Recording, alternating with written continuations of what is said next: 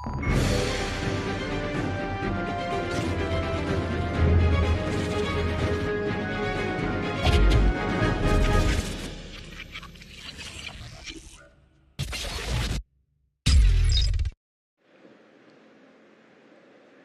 good evening, and welcome to day 293 at Good Governance Yaya, GGY. We have our usual group along with a couple of special guests. We have Damaris. I thought we had Aruni there, Aruni there, who's since disappeared. Oh, there you are. Hi. Manik, Dushi, and Lisha. We also have Malathi and Emad. Welcome to roundtable discussion. Before we get to you guys, I just want to mention that yesterday was the 9th of July, 2 years since the momentous day that saw the end of a catastrophic presidency. Basically through the sheer force of will of people sort of getting together, rising up, uniting, and simply demanding change, right? I mean, I think in the history of our country, although it's been erased, I mean, I think there's an attempt to sort of erase it or negate it or minimize it. We feel as a group that it was a momentous day because the movement that Naragale was actually achieved quite a bit, although people in power wouldn't want to probably recognize that. It got rid of a president, a prime minister, an entire cabinet, a central bank governor. But since then, it's been 2 years now, and I think we also need to acknowledge that a lot of the things that we fought for in terms of good governance, transparency, system change is very much yet to be achieved, and that is why we are still doing this 293 days later. So I think you were mentioning something, right, Tisha? That we are still... We were part of a movement. It was a fantastic movement, but ultimately what has happened is we've replaced one dictator with another. And quite frankly, it is less safe for us under the current dictator than it was under the previous one, because there have been so many repressive laws brought in, trying to stifle any dissent or anything. At all, yeah. I mean, our group itself has been attacked at our street corner a few times. Then we have another group that sort of protests at Liberty Circle. They've been attacked a few times. And we have the CID constantly taking photographs of us. They come and stand at the other side. Actually, the consequence of all these laws coming in has been that we have begun to self-censor, right? Like we don't feel free to speak out as we did before. Sanjana was here a few days ago, a few weeks ago, and he basically said that anything that you've ever done or said ever online is now subject to these laws, which means, now we had to go back to our history and wonder whether we said anything that could net us into, So that is sort of where we are. And that is why we need good governance in this country, right? That's why we're still fighting for system change, which hopefully will come at some point in the future. Right, so let's move on to Malathi and Emad. Malathi, if I can just introduce you quickly. Dr. Malathi Knight, a research fellow at Verite Research, is a senior economist and with extensive academic and public policy experience. Her specific areas of expertise include state-owned enterprise reform, regulatory economics, competition policy, telecommunications policy and regulation, and new institutional economics, and she has published extensively in these areas. She has also served on several government commissions and private sector committees that have played a key role in shaping national policies in these areas. Malathi has a BA in economics and political science, double major, from Swarthmore College. Did I say that right? Okay. And a PhD in development studies from the University of Manchester. So Dr. Malathi Knight, welcome to the GGY Roundtable. Thank you for having us. No, you're most welcome. And we also have Imad Rizwan, who is a junior research analyst in the economics team at Verite Research. Currently works in the area of public finance, macroeconomics, SOE reform, and governance-related policy reform. Right? Did I get that right? Yeah. Okay, great. So the reason we have both of you here today is because we want to talk about SOE reforms, right? The question has been foremost in the minds of many, because now we see almost an attempt at a fire sale of national assets, right? I mean, there seems to be an urgency to get this done, maybe before an election. I mean, we don't need to attribute motives to that, but I think all of us have sort of ideas as to why they're trying to do that. But we need some help to understand what SOEs are, why they require reform. There are profitable ones, there are ones that have been, sort of eating up public resources. So the options are: do we privatize, or do we reform them? And really, so today is about, it's less of a discussion and more of a lesson to us, I think. So today really we're here to hear from the both of you. And over to you, Doctor. Okay, so what I want to do is to first try to unpack why SOE reforms are important now and also historically, why they are important. Right. And also to look at how they have been progressing in the last few years or last year. Now, the narrative always, and very much you see on the next slide, is a lot on losses. Yeah. Okay, are they making losses or are they not? Like Sri Lankan Airlines, the narrative has been on the colossal losses it's making. Yeah. But I think we need to go beyond and beneath this narrative of losses. Losses are very important. Yeah. But to understand the losses, we have to ask ourselves, why are we continuously making these losses? It's not just about, go ahead. No, so if you dial it back to when Sri Lankan was renationalized, it was with Emirates for a while. And I think the final year that Emirates managed, their financial performance was somewhere in the region of 4 billion sort of profit for that particular year. The year after the government took over, it was a 9 billion loss. Yeah. That's almost like a 13 billion swing in the opposite direction. So how do you go? I mean, how do you even rationalize that kind of swing? So first, that was a bad policy decision. To what happened, that policy reversal that happened, we all know that was a bad decision. And second thing is, no, you can't rationalize. Right. So that's why we have to sort of do a deep dive into these losses.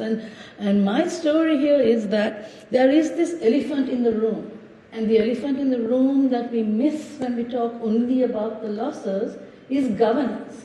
It's corporate governance. Right. So mismanagement at a large scale, lack of transparency, lack of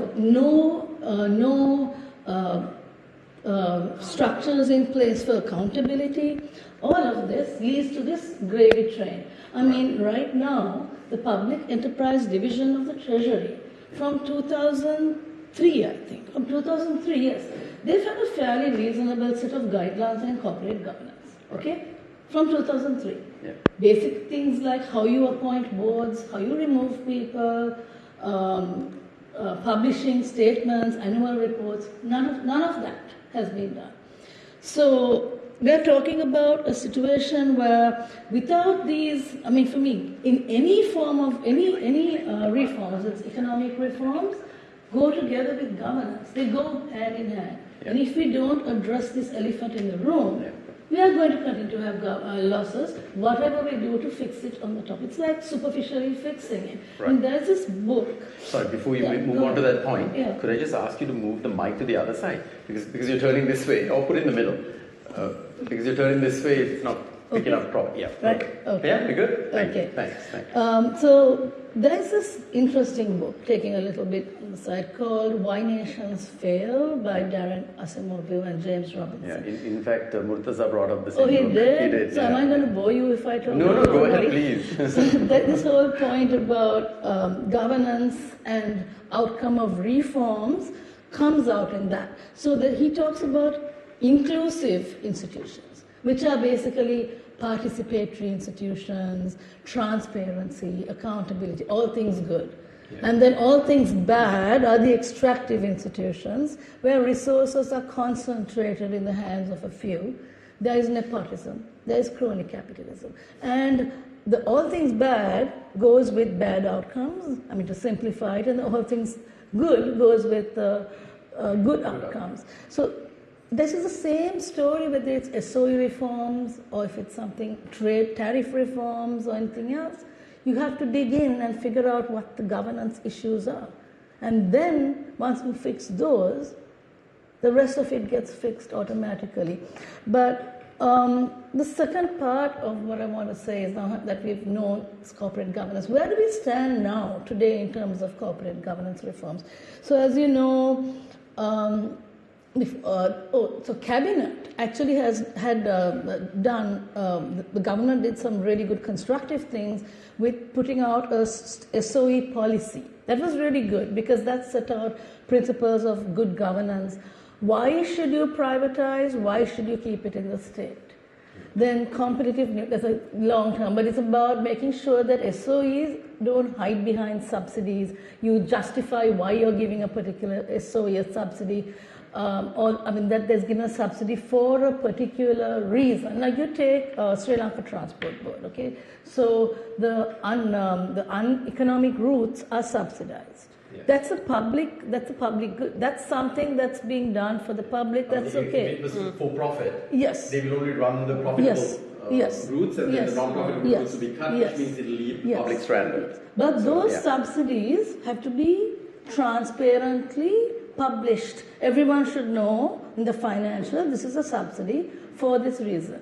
If SOEs are given an unfair advantage through these things, there's no level playing field. So that is one of the problems with governance. Now, looking at this, basically, like I said, the SOE's restructuring unit and the SOE policy was done, and that was good. But then, and the governance diagnostic, I think they said, this is what they said, there are systematic and severe governance weaknesses and corruption vulnerabilities in several areas, including the management and oversight of SOEs. This was also in the civil society governance diagnostic and in the IMF reforms. But the progress has been very, very slow. Now, IMAD has some examples from Verite has an IMF tracker where we look at these governance reforms and other recommendations put out by the IMF. Yeah. So I think, Imad, would you like to explain? So let me touch upon governance and financial transparency in the context of XOEs. Okay. So I think it will be useful to bring in the current IMF program and the IMF tracker that has been built by Verite Research, and you can also access it on the public finance platform. So I think if you go to the few slides ahead.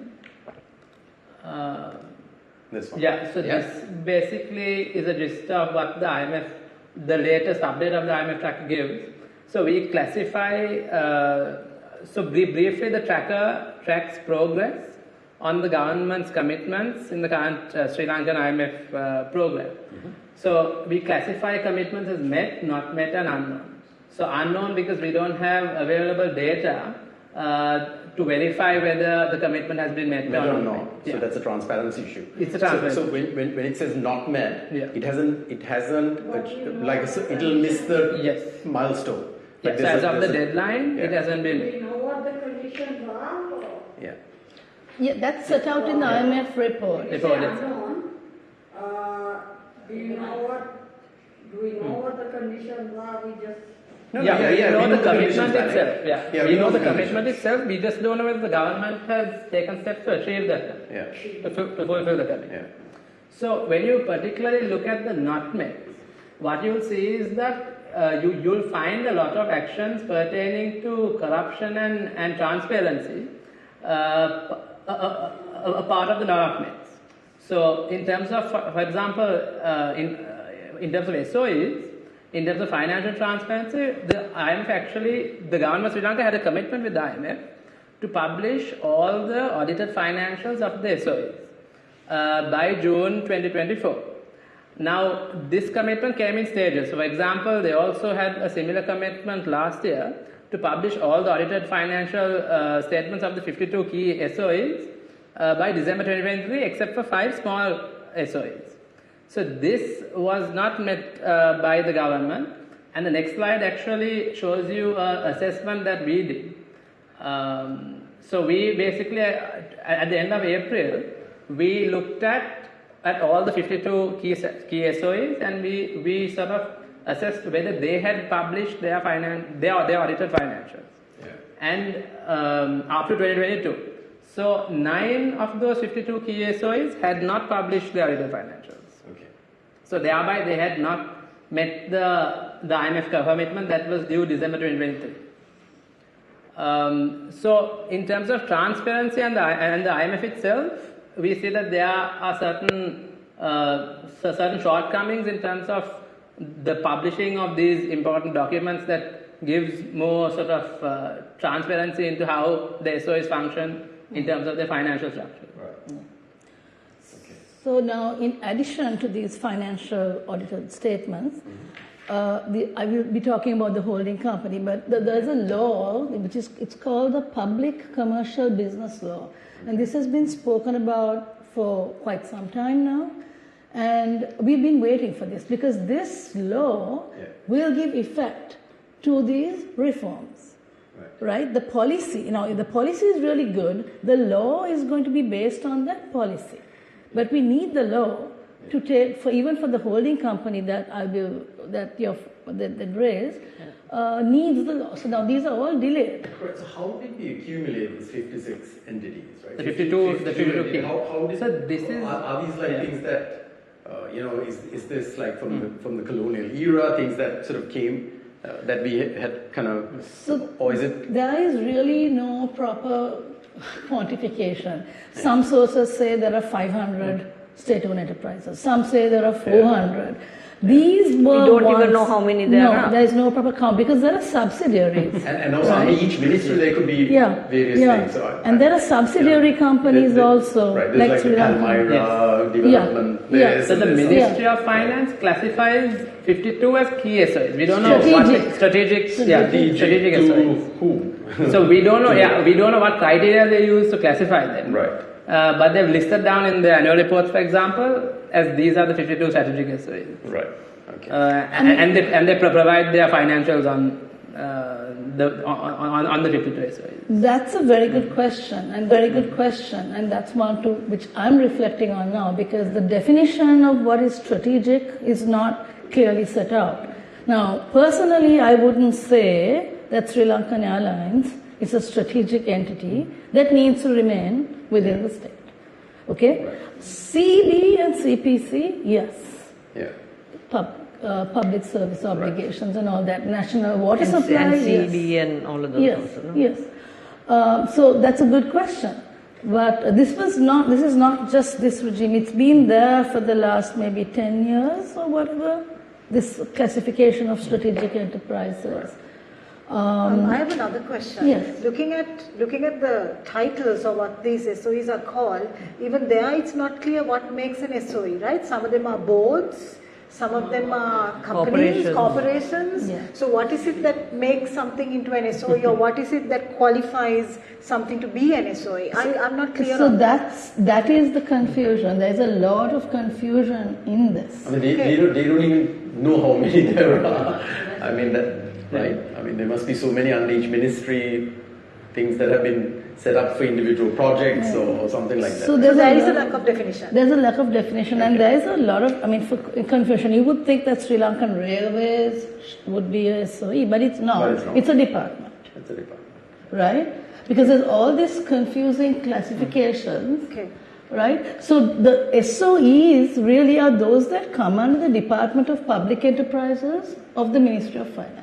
Right. So these 52 come under that. Okay, so let's deal with these for the sake of the discussion. Otherwise, these are the ones. We'll end up Because the government can even own, like, for example, an 8% stake in a business. But then we don't know whether that's classified as a SOE. SOE, right. Okay. So here, because is where I would like to deal with that specific question on the holding company. Because now the IMF had as a priority, not a condition, but a priority recommendation in the GDA said that we need to have a holding company in place with ethical leadership and all that language. And this has not come out yet. We don't know what sort of animal this holding company is going to be. So there are two parts of this question. One is we don't really know what sort of creature this holding company is going to be. Right? Two, we need to address there have been informal stories about it's going to be like Temasek. Right. We need to look at that, but we have no conclusive evidence that it's going to be. So we're sort of skirting around this issue. Right. But it's an important issue to deal with because that holding company will will basically overlook all commercial SOEs that are not going to be privatized. So that also kind of leads us to the question, what is the right strategy? Whether privatization is the right strategy? Because a lot of people say government should not be in the business of running businesses at all, right? Where there's a for-profit imperative and so on. There are others who say, certain strategic things should be with the government because there's a public good that needs to be sort of, baked into those particular SOEs. So what is the right strategy? Like how do you decide which should be reformed and which should be privatized? Especially in the context of now, initially, like Sri Lankan Airlines, they wanted to sell it. They absorbed like a huge amount of debt, $500 million or something, and now they're saying, no, we are restructuring because there is no... Right? So, so how do you take that call? Like what do you look at to make that decision? So, there are two parts again to that, right? In general, whether or not privatization is or is not a good strategy depends on the entity. It depends on, for instance, what are the public welfare goals that each entity has? Does it operate in a competitive market or is there a natural monopoly? I mean, considerations like that. So you look at all these things, you put them in different buckets, and then you decide what sort of reform is good. Like even right now, CEB and CPC are not going to be, they're not being privatized.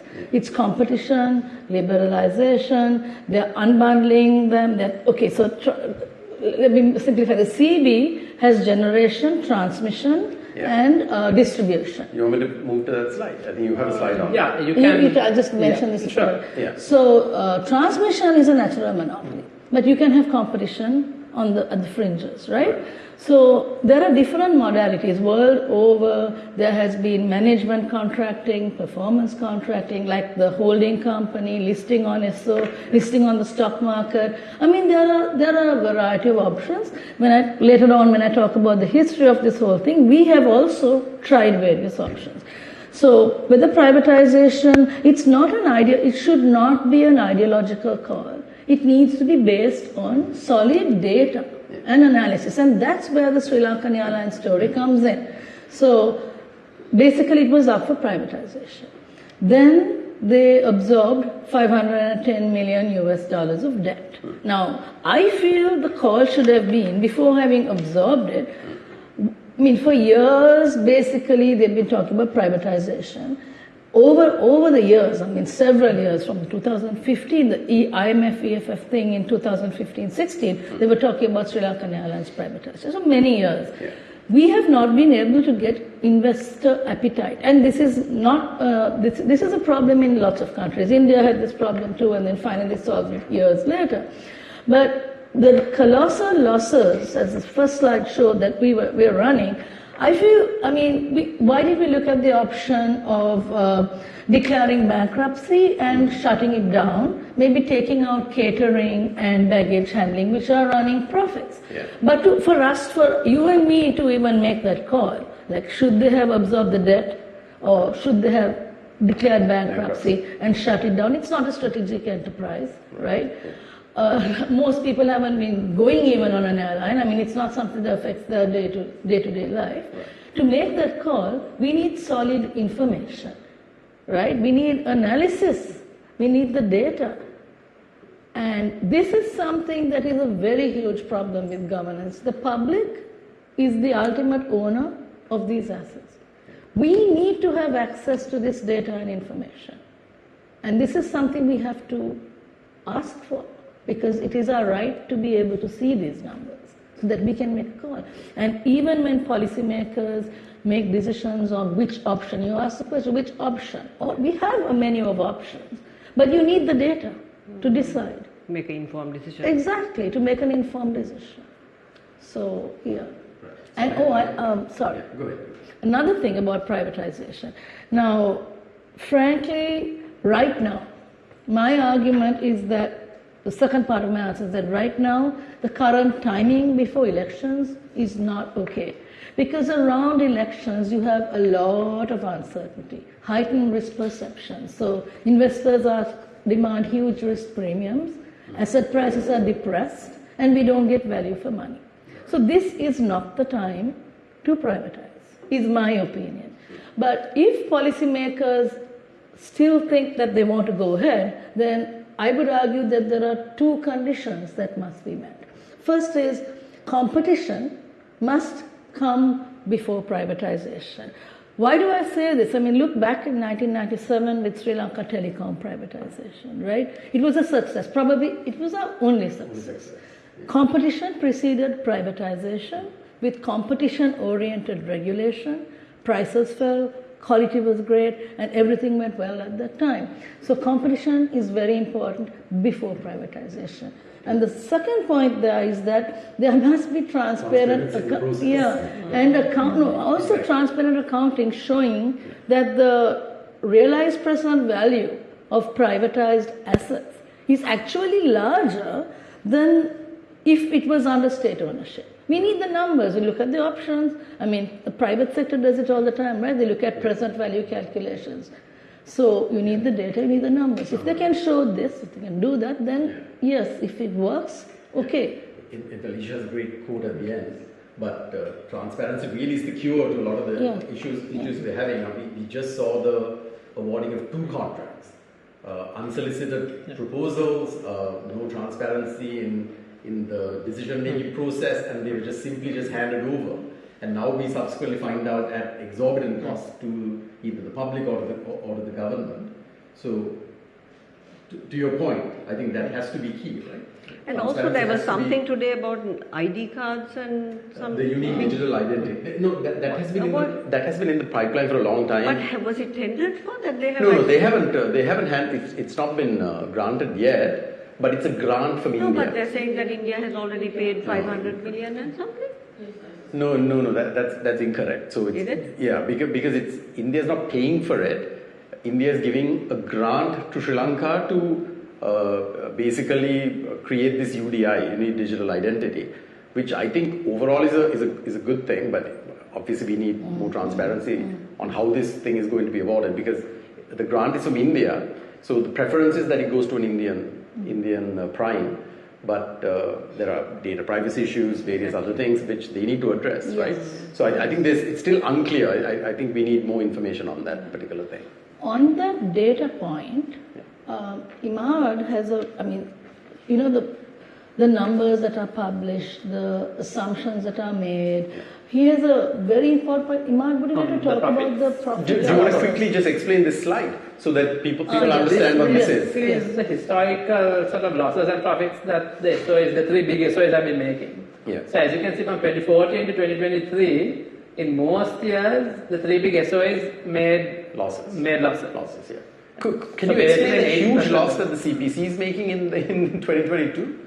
So 2022 was like basically transfer balances or something? Or? Yes, so 2022 was an outlier because it was the economic crisis and the exchange rate also really weakened in 2022. Yeah. So input costs also were very high in 2022. Oh, right. So that's one of the reasons as to why they made heavy losses. Okay. But I'll also explain to you as to why there was such a big turnaround from 2022 to 2023.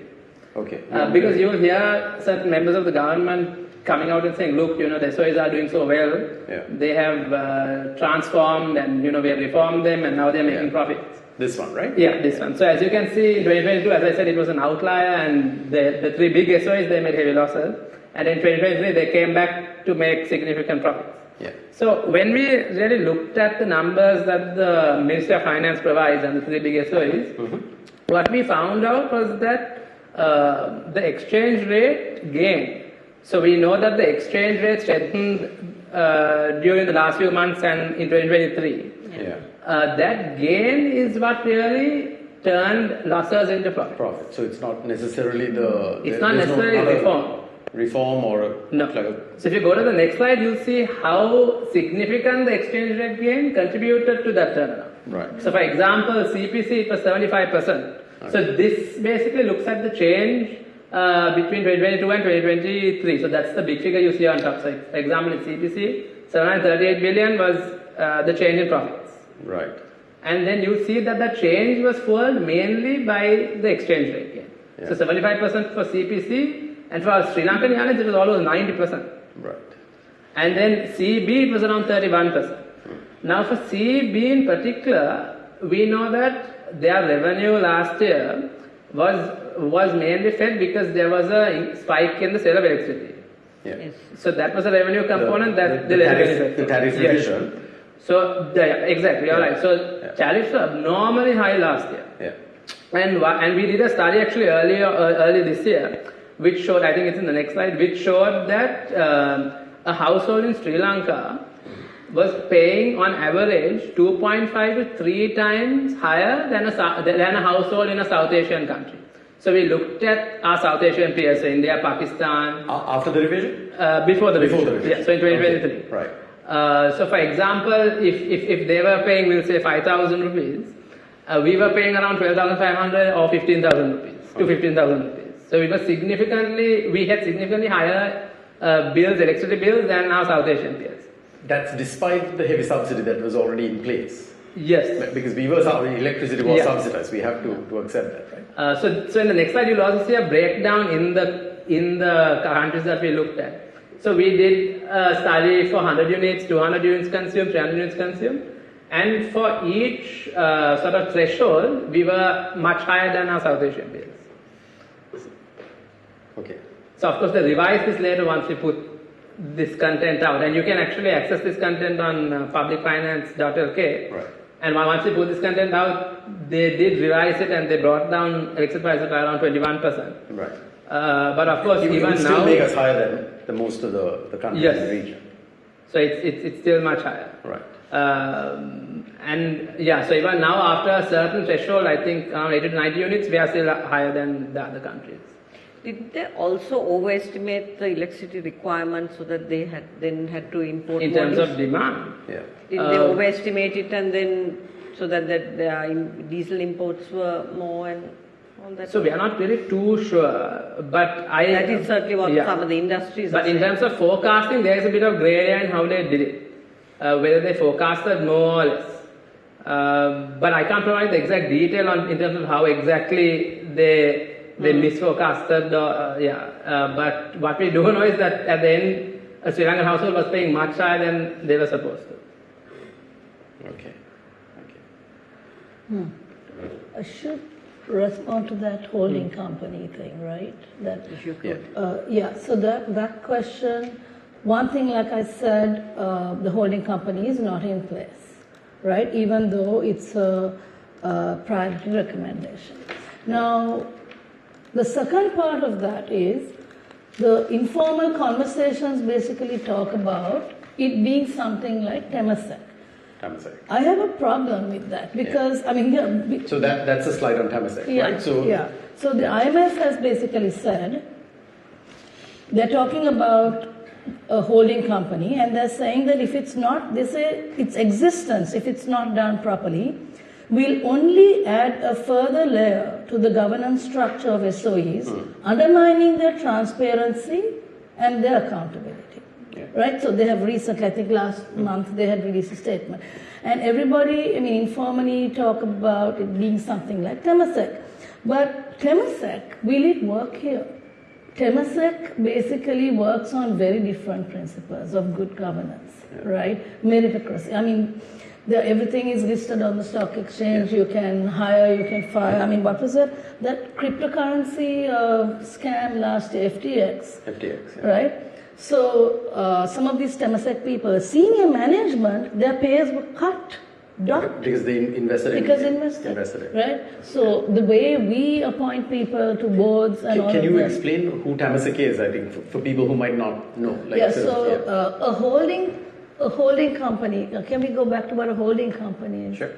We'll start from that. Yeah.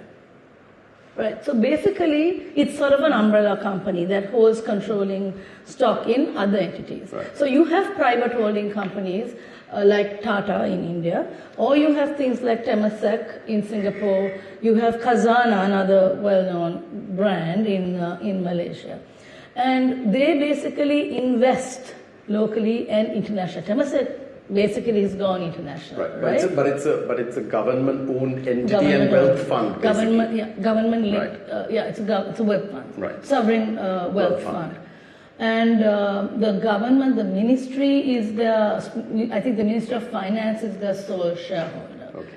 I mean, they also, like I said, have had issues like that whole cryptocurrency thing, right?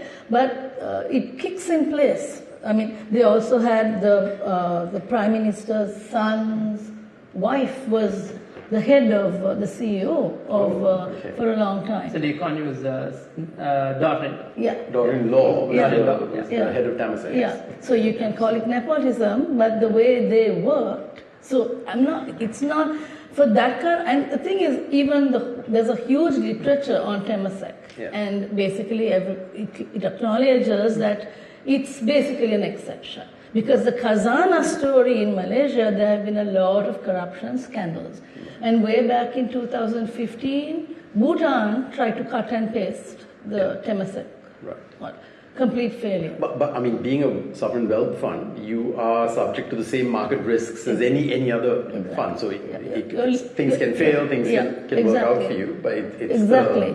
But I mean, will we list all our entities on the stock market? It took a long time. Very recently, they've agreed to do it, but we don't know the details. And maybe do that. Will we let them acquire and sell shares independently?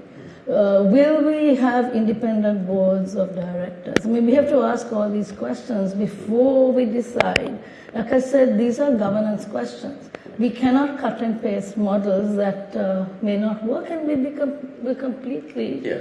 So as IMF itself pointed out, you're adding more layers of complexity to a problem that is already complex. Exactly. But it's time we knew what kind of holding company we're going to have, the planning, because if we don't, we can't get going with the other stuff. I mean, we don't have Temasek, but then all these come under the Ministry of Finance. So that is technically like your holding company. Yes.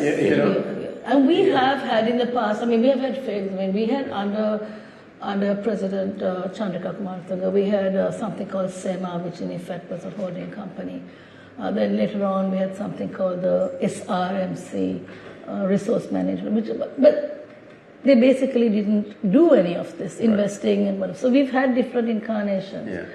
So we need to think out of the box, but we need to first know what exactly is out there, what's going on, what are the plans.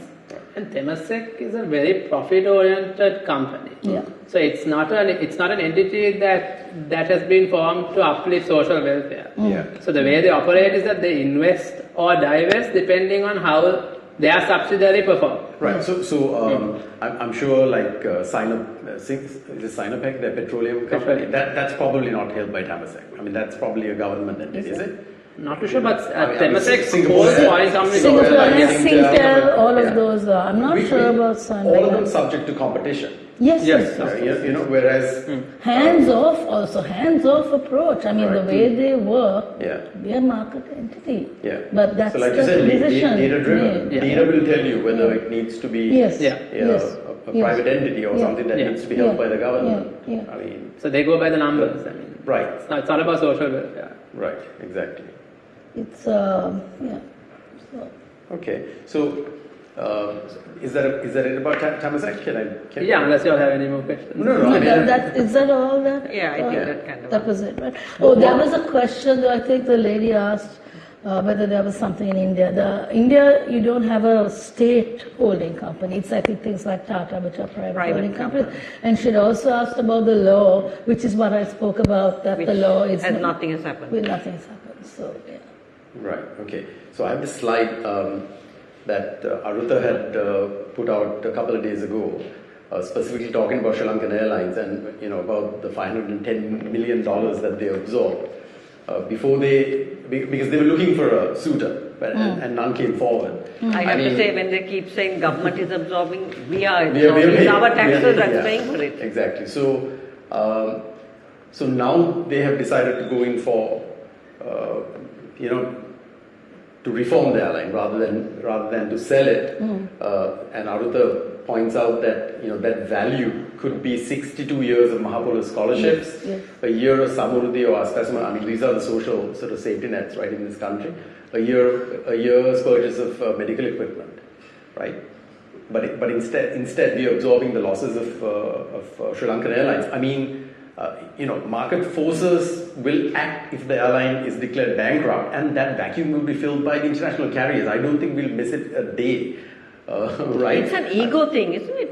Well, I think it's a prestige thing, right? For a government to own an Having a airline, national- But then is national it carrier. prestigious when it's running at colossal losses? Well, the thing is, why is it running at colossal losses? So, like you pointed out, we Yeah, have remember the ground Airbus handling and thing? catering, which is a monopoly. Yeah.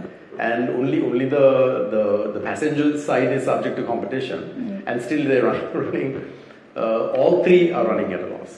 Although I think last year it showed a turnaround. Yeah. So, how do you prioritize this? Like, I mean, in a country where we know the levels of malnutrition and all the difficulties we are having, the level of funding for health and education.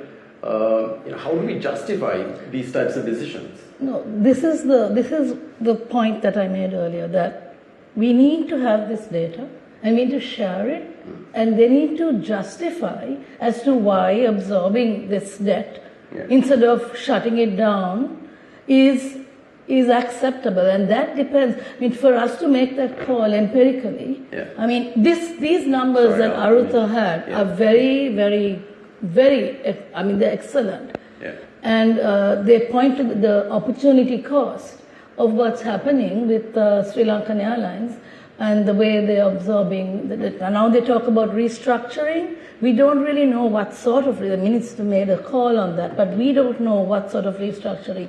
Because this story, this narrative about Sri Lankan Airlines has gone on for like a long time. Right? We've been privatizing, we've been not privatizing, we've been holding on. There is a lot of missing information here. Lot of missing information, and we need to basically understand why they are not declaring bankruptcy and shutting down, because that does make a lot of sense given the I mean, I think in 2023 we did a study, Verity did a study for UNICEF on Sri Lankan Airlines, and that the data we had then, and given that the government has not been able to find investors, our conclusion was that it was better to declare bankruptcy and shut down. That's what we said based on that data. Right. So, but now the government has absorbed all the debt, so, Right. So, when it comes to the IMF, this entire, like I said at the beginning, now there seems to be this kind of rush to get rid of all these SOEs, right? And there's a lot of public support for that also, because they see it as wasteful, and, all of that. Is it a one-size-fits-all kind of thing? I mean, if you guys had to make that call, like where would we be, what would we keep, what would we sell? First, the IMF has not specifically said divest in any of their documents. Okay. They have spoken about the losses. They've spoken about more than losses. They have focused on corruption vulnerabilities over and over again, and on the transparency and accountability. That's what they're focused on. But then later on, I think the IFC is advising Sri Lanka Telecom and SLA. They were advising, but basically the IMF has not said privatize.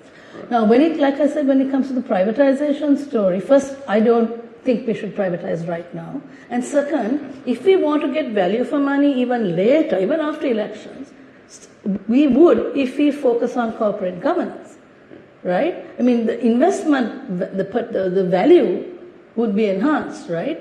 So my priority would be do the simple things, basically. Like Imad mentioned, audited statements, annual reports, list on the stock market, but then you're forced to comply with the disclosure statements of the stock market, right? Do all of that before you come to privatize. Then look at the different types of entities. It's not a one-size-fits-all, right? Look at the different entities. SLT is different from CEB and CPC, right, in that lot. The hotels, yes, I agree. I mean, I would not keep the hotels. I don't think there's any need for the government in even the military is running hotels in Sri Lanka. Yeah. We have the military itself So, running. I mean, the hotels, I don't think should be, and Sri Lankan Airlines is a different story. I really think it needs to be shut down. Yeah. But I need more information to back that up. In 2023, that's what we said. But now, for now, where we stand right now with that 510. Okay. So, yeah. So going specifically to the CEB, Yes. what can we expect there? I mean, this is a public utility, Yeah. right? So there's been a lot of talk on the new Electricity Act. Yeah. And when the Electricity Act was first tabled in Parliament for its first reading, we noticed a lot of varying issues with that. Right. But before I go into the issues, let me just give you an explain on what the Act aims to do. Okay. So basically, CEB is the main entity in the power sector. Okay. So in terms of transmission, it's the only entity, and in terms of generation, of course, there are a few private players, but again, CEB is the main entity that's involved in generation. And then in terms of distribution, you have LECO also. Now, what the Act aims to do is, in order to pave way for greater efficiency and competition, they aim to, the Act aims to split CEB. So as Malati mentioned, the power sector has three big handles. So it has generation, transmission and distribution. And so under these three big handles, they are sort of, they are attempting to split CEB into multiple entities that are limited companies.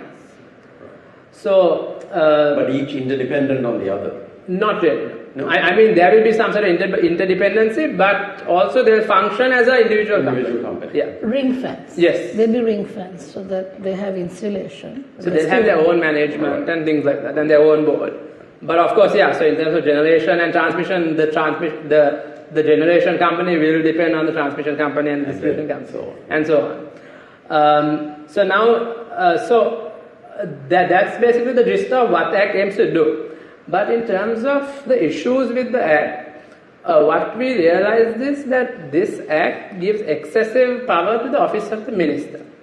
Right. Now, for example, the Act is talking about the creation of a new council, so the National Electricity Advisory Council. And this council will have a massive impact in terms of how the power sector is run, because it's the council that will help formulate the national electricity policy, and also other roles like forming the national tariff policy. Now, the council, the board of the council, the appointment of the members of the board has to be approved by the minister himself or herself. So, for example, the minister finally has the discretion to have a say in who is in that council. So now that by itself puts the sort of sense of autonomy and independence of the council at risk. Then another factor, for example, in the first reading, which they seem to have amended now, is that even the issuing of licenses, that was also under the purview of the minister. So the minister had the final approval on who gets a license. So that by itself also was a big problem. How do you handle corruption? So this is the thing. I mean, you still you have individuals kind of like inserting themselves into a process, but then not necessary if you want to make it a cleaner process, right? So and then of course, so then in terms of CEB by itself, of course, I mean splitting CEB is not a bad thing. I mean it may lead to more efficiency and more competition if there are multiple entities. Right. But of course, CEB as all SOEs have been victims of poor governance. So, for example, in terms of its financial management, CPC and CEB, you will usually find the government moving its debt from its own books to CEB and CPC's books. Yeah. And now CEB by itself has incurred an interest cost that was almost, so in 2023, it was almost half of its gross profit, and it equal to its net profit. So if you go to the next slide, I think you'll see it in a more graphical and easier explain. Yeah. Yes. So CEB's net profit was 61 billion and the interest payments were 60 billion. But you know the popular narrative is that they make losses because they're overstuffed institutions, their overheads are very high. Yeah. But the real story is less to do with that, but actually they're servicing sort of financial Yes. costs. So actually, it's interesting that you said that because the Act now gives provisions for voluntary retirement. Yeah. So actually, in the first reading of the Act, they had mentioned the term voluntary resignation, not retirement. Okay. But now, I think in the second reading, they're sort of sugarcoated it a bit. Well, voluntary resignation would mean that there is no problem cost to the Exactly. And there was pensions and then, things like that. and one of the reasons is because, as you said, the narrative of CB being heavily overstaffed. Yeah. I'm sure there's an element of that too. Yes. But in terms of a cost sort of line in their balance sheet, this is a far greater. It's very significant. It's more impactful than that. Yeah. Right? So it's very significant. Yeah. So I mean, since we're on the topic of the power and energy sector, I also want to jump in to the CPC a bit because I know it's price a bit. formula. Yes. Yeah. So I know that fuel prices is a bit of an interesting topic, and we recently saw fuel prices go down. But of course, in the past 2 years, we saw fuel prices spike quite significantly. Right. Now, what we have done is we have built a fuel price tracker. And you can again access it on the public finance platform, and that basically incorporates the fuel price formula that was introduced in 2018, and that formula takes into account all the cost inputs like the price per barrel, the processing cost, the exchange rate cost. So it tells you what the price of, for example, a liter of petrol or diesel should be.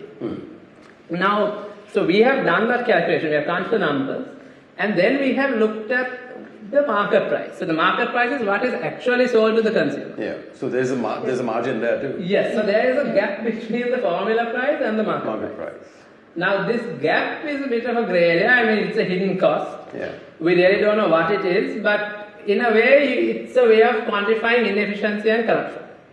Right. Right. So because a consumer like you and I end up paying more for a liter of petrol than we should be. So for example, in our latest update, the gap between the formula price and the market price was around 17 rupees for petrol. And then in diesel it was nearly 22 rupees. Yeah. Which is quite significant. I mean, if you multiply it by the amount of liters that you consume. Right. 99 rupees in tax per litre. Yes. Yeah. So, so this could be part of the reason that you saw that financial turnaround in the. For CPC as well, right? Yeah, There for was a turnaround CPC it CPC was as mainly well. because of the exchange rate. Exchange rate. Yeah. Because most of it is dependent on imported fuel, right? Yeah. So, okay. Right. So that is the final slide on this particular topic. On this on particular CPC. thing. Yeah. If you have any questions, of course, Yeah. please So go ahead. you want to get to the Is questions? there anything on this one? I think this we've dealt with. Have we covered pretty much everything? Covered all of it. Last one we've done. Let me see. Yes, I think The new last electricity one that we did. Electricity Act we've done. Done. So, This last one. so in terms of then can I just move on to the IMF part of it? Now, basically, IMF made 4 basic, sort of major recommendations. So the first one was enhancing governance. The report stresses the importance of improving of governance frameworks of SOEs to ensure transparency, accountability, and efficiency. Includes strengthening oversight mechanisms, ensuring SOEs operate under clear performance metrics and are subject to independent audits. That's right. So, which means none of this is happening right now. No. You were saying they don't even publish. No, So, I mean, they have, some have, Yeah. but it's like that. What his slide showed was up to 2022. Yeah. All of them had to have done it, and there are a few that have not. So the commitment has not been met. Has not been met as of now. So, like in our tracker, it shows as not met. Right. So this is where the cost of corruption comes in as well, right? Because that is where that's a governance. It's a governance, it's corporate governance. It's right down there. Wouldn't the first step be to try to classify these, because there's such a wide range of SOEs before we can move forward to decide what you are going to do?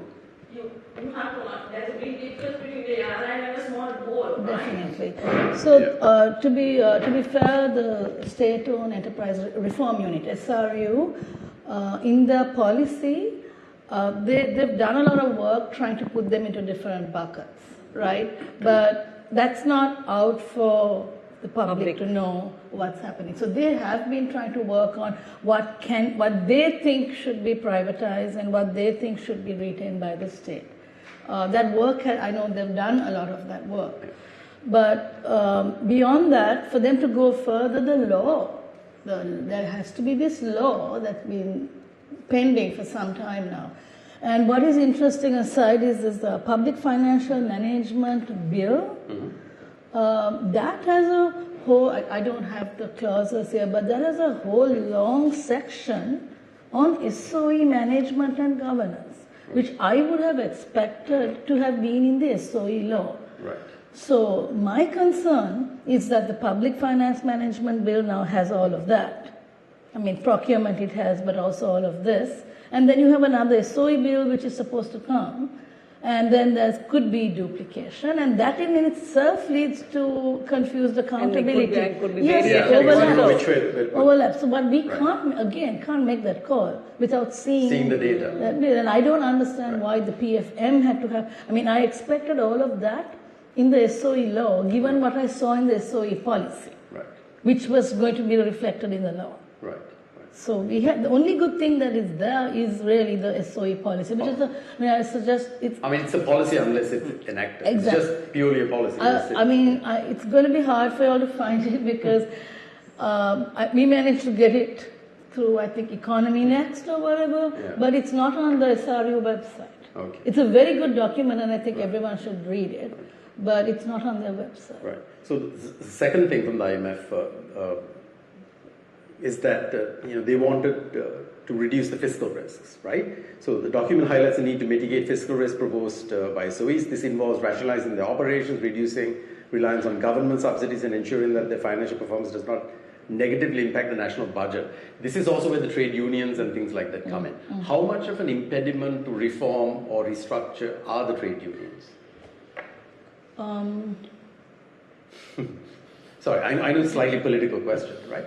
But see, my take is that if things are explained with open data, open information in a sensible way, and then you can have conversations.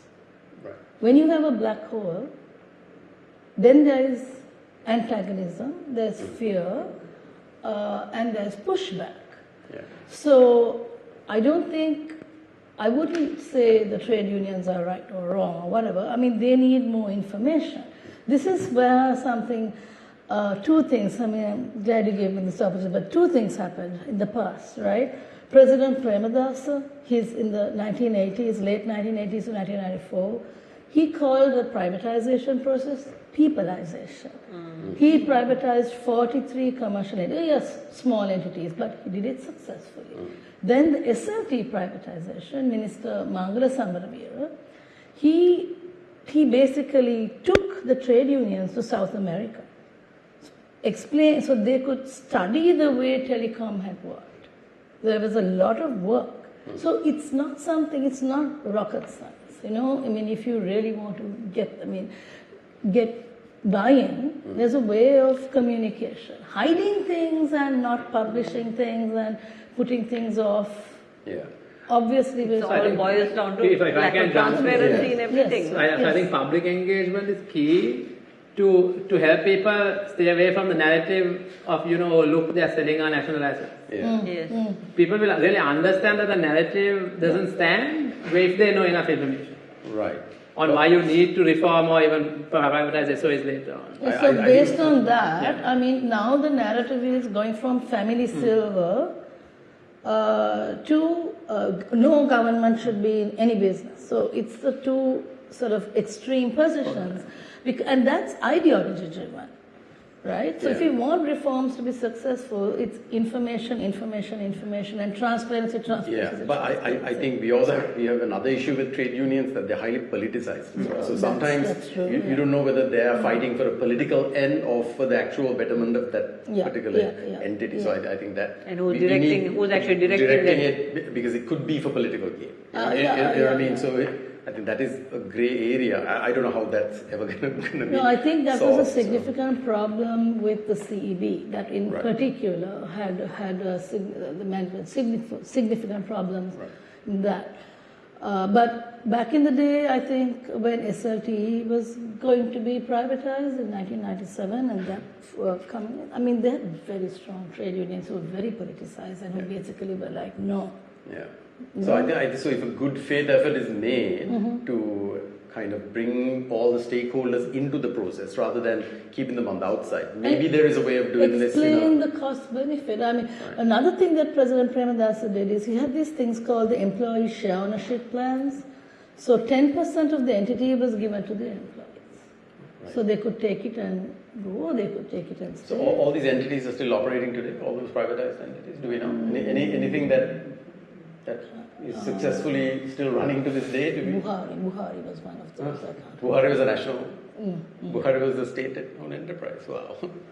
Okay, I also didn't know. Shocked. Okay, all right. So the next one, the next major bucket that they talked about was obviously restructuring and privatization, which you already dealt with. I don't think we need to go into it again. Either public-private partnerships or... That one, you know, we have to be careful, that particular incarnation. Right. Now, listing, performance contracting, all of that, incrementally we build up governance and we come up to the point where we decide to go for the more sophisticated approach. PPPs are very sophisticated. So SAGT was successful, but particular conditions were in place at that time. Like even the World Bank talks about the fact that you need to have solid institutions and regulatory frameworks in place to be able to do PPPs, because you have to have heavy, like really skilled capacity, expertise, all of that to really run a PPP, because you have to negotiate with these private investors, right? So the government needs to have that capacity. Way back, I mean, they managed to do that, they did it well. So we can't assume that PPPs can be done right now, but I mean, we need, like I said, we need to get the simple things, the elementary things in place, and then build up from there. Yeah, starting with transparency. And you mentioned that like multiple times, so I think that is the key. Financial statements. Right. Financial statements, annual reports. It's not. Why can't they just? I mean, shouldn't they be already available to them? So that it's not, is it? It just runs. I mean, that's a failure. That's a failure of governance from the ministry itself. Like I said, the ministry before the IMF came along in 2000. This time around, the ministry from 2003 has had these corporate guidelines. You know, corporate governance guidelines, which is a good document, a very sensible document. So, but that was not being, guidelines are not laws. No. You know, that's the issue. I think even when it comes to procurement, there are guidelines, there are no laws. This is why that is where the wriggle room for corruption comes in. This is why we need the SOE law. This is why we need the SOE. We need laws in place. The other thing is what actually happens. I mean, when they actually do produce annual reports and whatever, the Auditor General goes into it. He gives his report, and there are glaring things that he highlights. Nothing happens.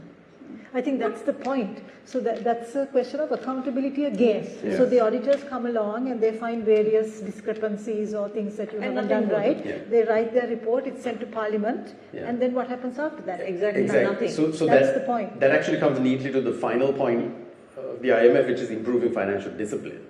IMF recommends measures to enhance financial discipline of SOEs, including better financial reporting standards, reducing operational inefficiencies, implementing cost recovery pricing for services provided by SOEs. I mean, these were the four major buckets.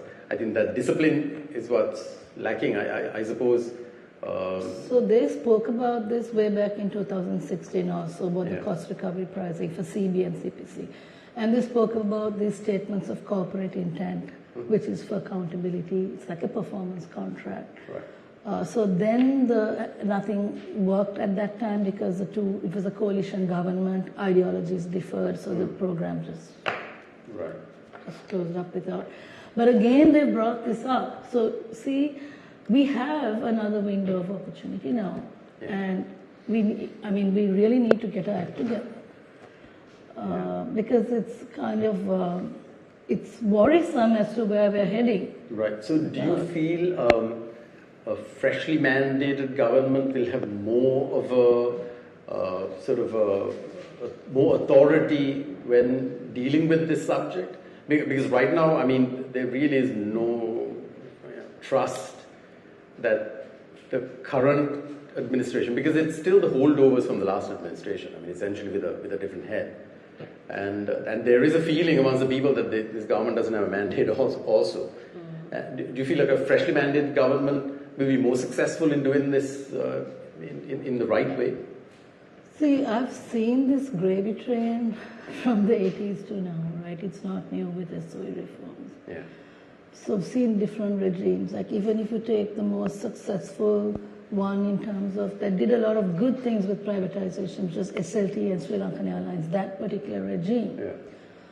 Also, it's a very difficult question, but also had another issue then was when the first reversal of privatization by the Supreme Court of the LMS and Sri Lanka Insurance also happened during that time. Regime. So whilst we take a step forward, we also regress. Yes. So I feel that, like I said, a lot more information, a lot more data, and us actually, taking this up. And what you guys are doing here, right?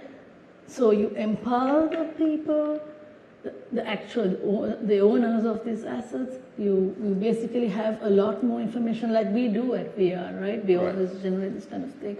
Because I don't think we can look to this regime or the other regime or another regime because it's been ruling. Yeah, so what we need more than anything is consistency, right? Yeah. And a good faith effort by whoever's in charge. I know I sounded jaded, but every time we are jaded, we're all there. With the whole SOE reform, I was like 2016, I was like, yes. Because just before that, we saw a reversal of privatization of 37 enterprises. Before the 26, all the sugar companies, everything got reversed, right? Even Water's Edge got. Yeah. It was reversed too, right? They took it back. So we've seen this. Water's Edge. Yeah. I think that supports our argument that you reform first, because reform by itself is difficult to reverse. Yes. And then privatize. Right. Yeah. Exactly. Yeah. Exactly. So reforms need to come from a legislature with people with the right intent.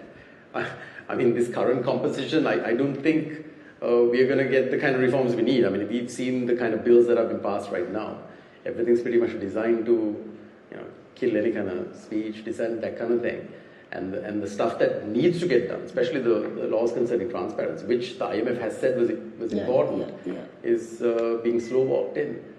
So, and to bring in reforms, shouldn't you have competent people? Well, that's the big problem, right? So you appoint boards, like you were saying, you appoint boards which are, your friends or your family or whatever, and they don't have the competence? That is exactly the point between Temasek and having a holding company here. Right? Yeah. The professionals, competent, exactly. Technocrats, exactly. Meritocracy, exactly. like all of those things. And the IMF stresses on the competence of the board of the holding company. Yes, they actually say that. They say that. They use the word ethical leadership. As a priority recommendation. Talking about meritocracy, slightly digressing, the AG's department, the president made a comment saying being the most senior doesn't mean you get to be the AG, right? Because the next most senior, who should be in that position, is a lady. And she was overlooked and they put somebody else in there. So the whole idea of a meritocracy, actually we had a very good civil service and things like that over the years, which has, I think, has completely been destroyed. Even our foreign service, we had a decent foreign service at one point. It's been completely, anyway. That we are going to political questions. But Shamit, if I can add something small on the IMF program. So the IMF program is basically Sri Lanka offering or giving its plan to the IMF, and the IMF giving it the green light on the plan. So it's not like the IMF solely by themselves have given this commitment to Sri Lanka. Right. So for example, there are certain things where there are sort of yellow flags that you might even question. For example, in terms of the PUCSL, which is the regulator of the electricity industry, the new committee that they're going to form, as I said, the electricity committee. Yeah. Now there's a lot of grey area there in terms of when it comes in, what will be the status of PUCSL? Because as I said, they are also going to form a tariff policy. Then will PUCSL still be regulating and approving tariffs? We don't know. Right. So we don't know whether those two entities will clash, and also strengthening the PUCSL is something that benefits society as a whole. Yeah. Because, for example, PUCSL is more of it's a regulator. So for example, now currently, when the CEB puts out a tariff schedule, they give it to PUCSL, and the PUCSL assesses the schedule, and they check whether it's a fair enough schedule, or if it's too high, is it too low, and then they approve it.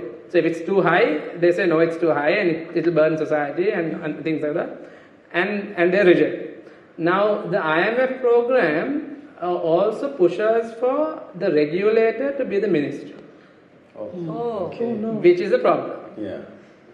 Specifically? Yeah. Really? Yeah. Wow. So if the PUCSL, disappears to a certain legal sort of bureaucracy, it's not surprising. Right. Now you can't really go on to blame the IMF here, because the program by itself has been proposed by the Sri Lankan government, and then the IMF has then approved. Yeah, right. So it's like I'm the student and you're the teacher. And if I give you a paper that I've done, my exam paper that I've done, you will basically tell me if it's correct or wrong. You on your paper. Yeah, are you grade me on my paper? Recommendations on how it's done. Yeah. So that's the sort of role of the IMF.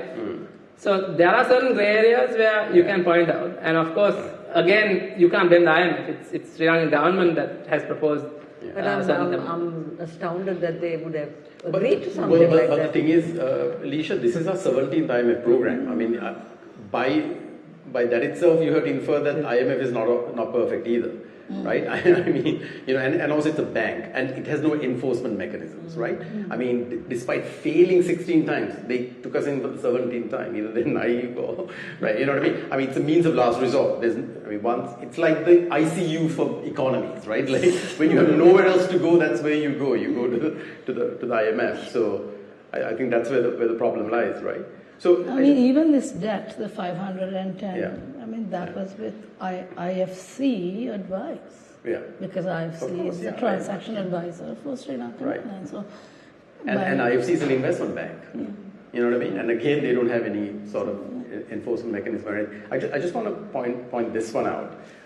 You haven't seen this. So at the end of our sessions, one of our members, Chris, reads out all these scams. The first one is People's Bank. So, it's a state bank, right? I mean, the state bank lends to these big businesses. Murtaza said all these banks basically said, look, we've lent to the same 100 people, right? And essentially, huge amounts, and then they eventually written off or whatever. I mean, that's pretty much like a transfer of wealth directly into somebody's pocket without going through all the intricacies of actually getting into some corrupt deal. So should the state be involved in owning banks? Should the state actually be in this business of owning banks?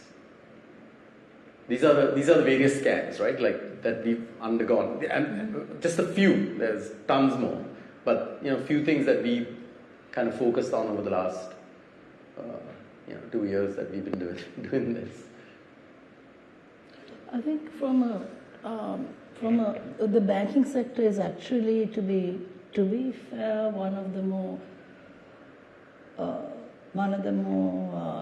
successful in that bucket of successful SOEs, because there's a lot of competition and all of that. Right. But the issue is that they absorb. It allows for this. Exactly. It allows for that kind of thing, right? They absorb the losses of the other SOEs. There's this whole thing called the circular debt, like a vicious cycle. So they absorb the debts of CEB, CPC, Sri Lankan Airlines, right?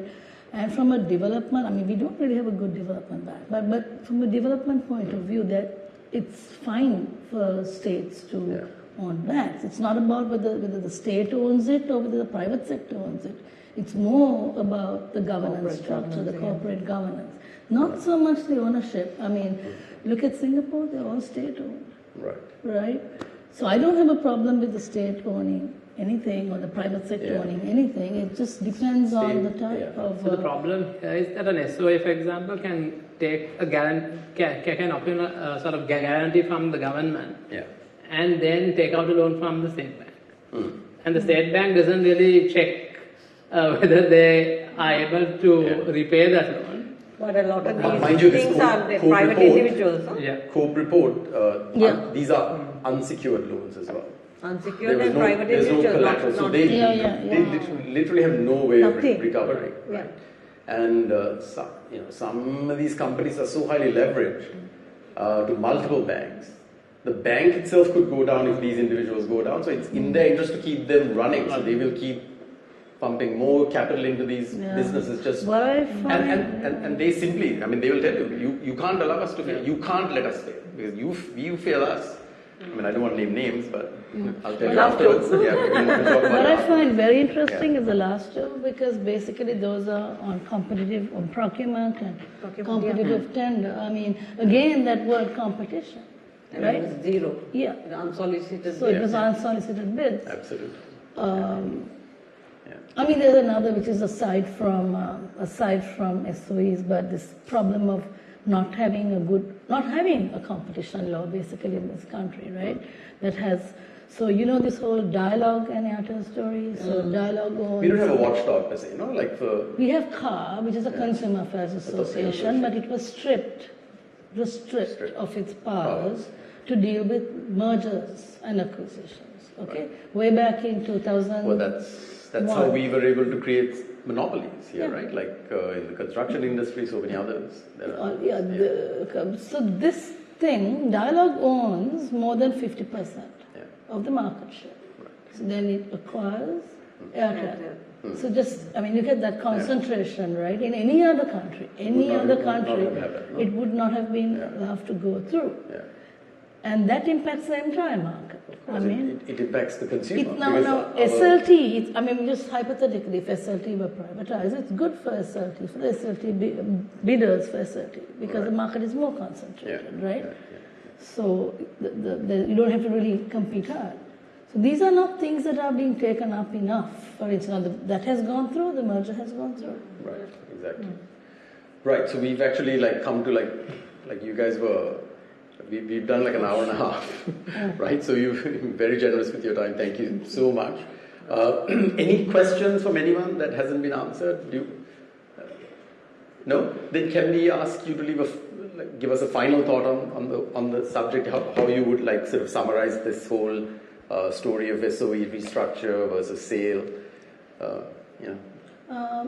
I come back to my main point, which is that we need to dig beneath losses and profits, find out what actually is going wrong and what's going right. And very often that elephant in the room is governance. And to unpack that, you need solid data, solid information, transparency, analysis. And this is something that the public, the state is only holding these assets as agents of the public, right? The public is the principal, the public the owner, the public is the owner. So this is something that for public welfare, for trust, is something that we need to get to, and it's something that is our right, not just an aspiration.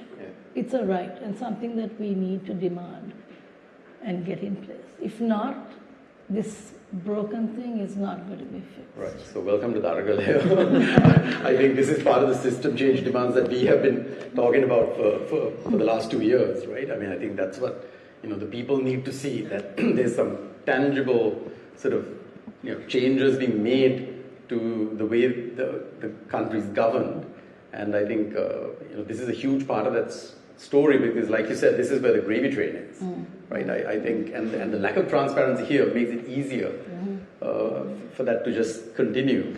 Like I said, this is not new. Now, see, like I mentioned, the Supreme Court reversal of LMS, the marine bunkering thing, John Keats, John Keats, right? absolutely. Yeah. And SLIC was based on corruption, vulnerabilities, high-level corruption at every level.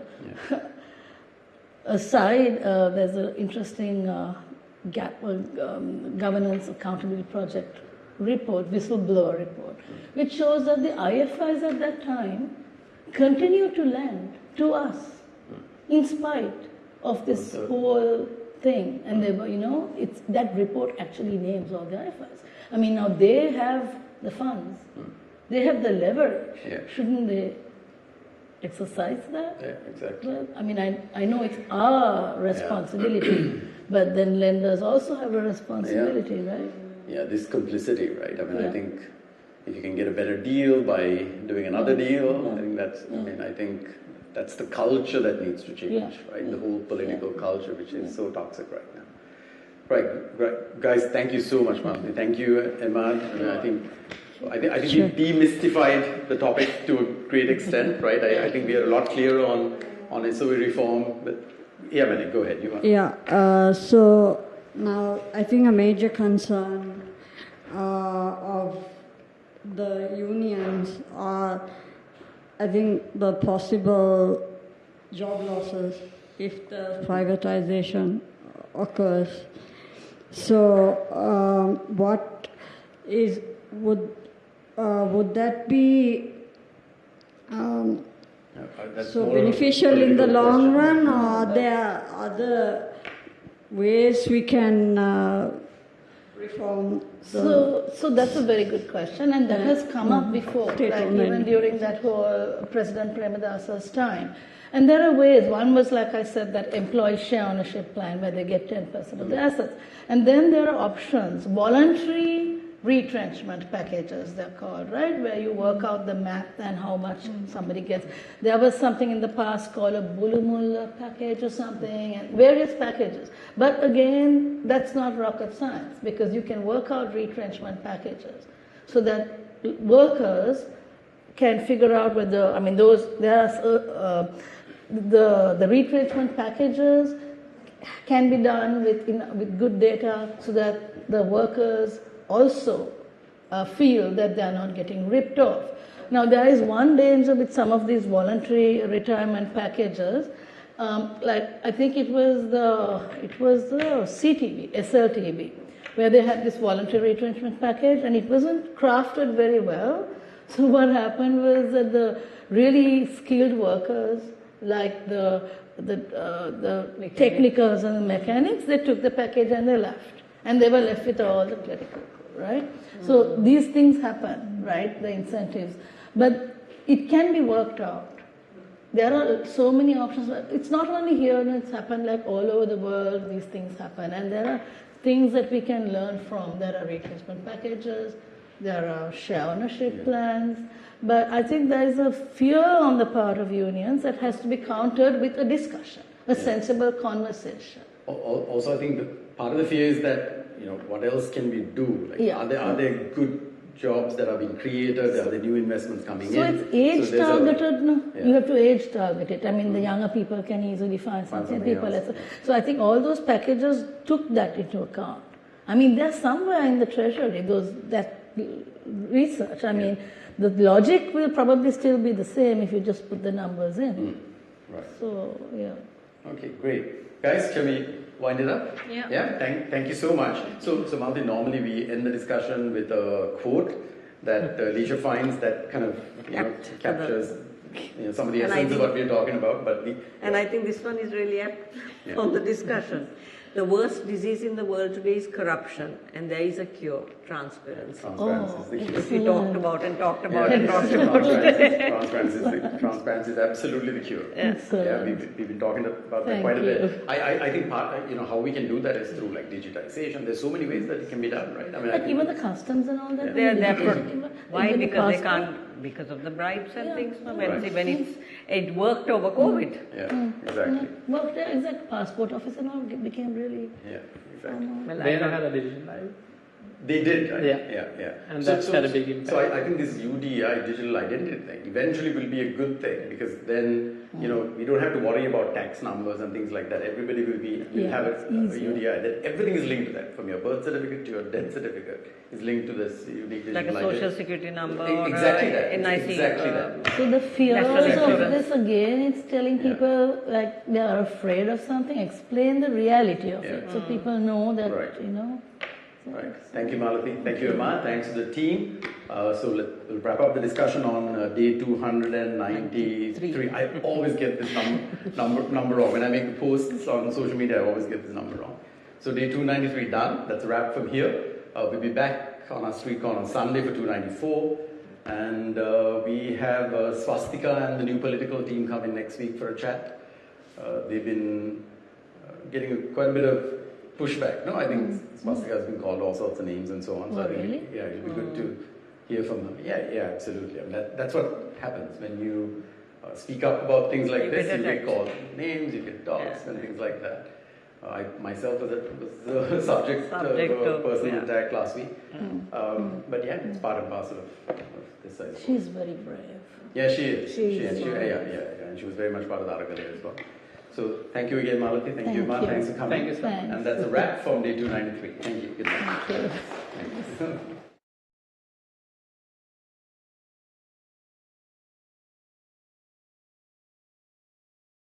Thanks.